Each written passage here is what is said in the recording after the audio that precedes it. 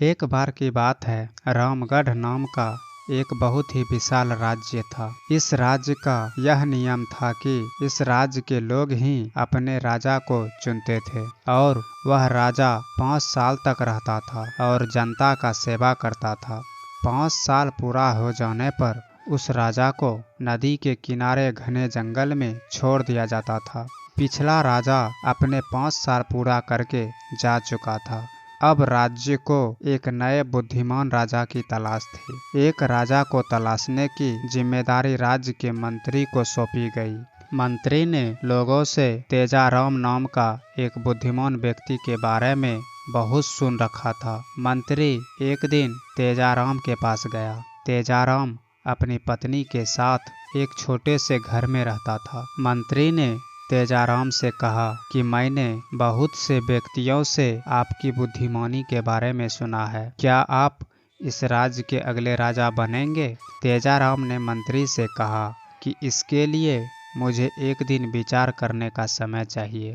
मंत्री ने इसके लिए सहमति दे दी। मंत्री के जाने के बाद तेजाराम की पत्नी ने पूछा कि एक तो मंत्री आपके लिए राज्य के राजा बनने का प्रस्ताव लेकर आए हैं और आप इसमें क्या सोच रहे हैं? तेजाराम ने कहा कि क्या तुमको पता है, इस राज्य का नियम है 5 साल पूरे हो जाने पर राजा को नदी के किनारे घने जंगल में छोड़ दिया जाता है। अभी तक के राजा के साथ क्या हुआ यह कोई नहीं जानता। तेजाराम ने इस बात पर विचार करके एक दिन बाद मंत्री के पास गया। वह मंत्री से बोला कि मैं इस राज्य का राजा बनने के लिए तैयार हूँ, लेकिन मेरी एक शर्त है। मैं राजा बनने से पहले उस जगह को देखना चाहता हूँ जहाँ पर पहले के राजा को 5 साल के लिए छोड़ दिया जाता है। मंत्री ने इस बात पर सहमति जताई और वह सिपाहियों के साथ नदी के पास के जंगल में गए। तेजाराम ने देखा कि वहाँ पर कुछ कंकाल पड़े हुए थे। तेजाराम को अब पता चल चुका था कि जंगल में बहुत खतरनाक जानवर है जो वहाँ पर आने वाले अभी तक के राजा को खा चुके हैं। लेकिन तेजाराम ने सोचा, अगर मैं राज्य का राजा बनूंगा तो मैं इसके लिए कुछ कर सकता हूँ। इसके बाद तेजाराम, मंत्री और सिपाही वहाँ से वापस लौट गए। तेजाराम ने राजा बनना स्वीकार किया और तेजाराम को राज्य का नया राजा बना दिया गया। तेजाराम के राजा बनने के बाद राज्य में खुशी का माहौल था।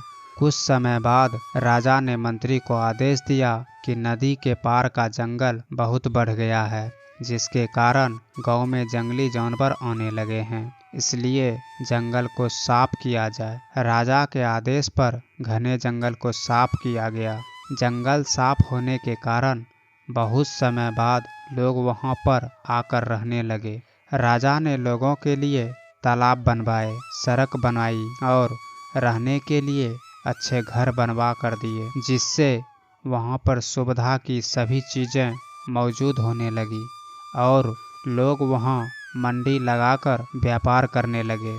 अब कुछ समय बाद राजा के 5 साल का कार्यकाल पूरा होने वाला था।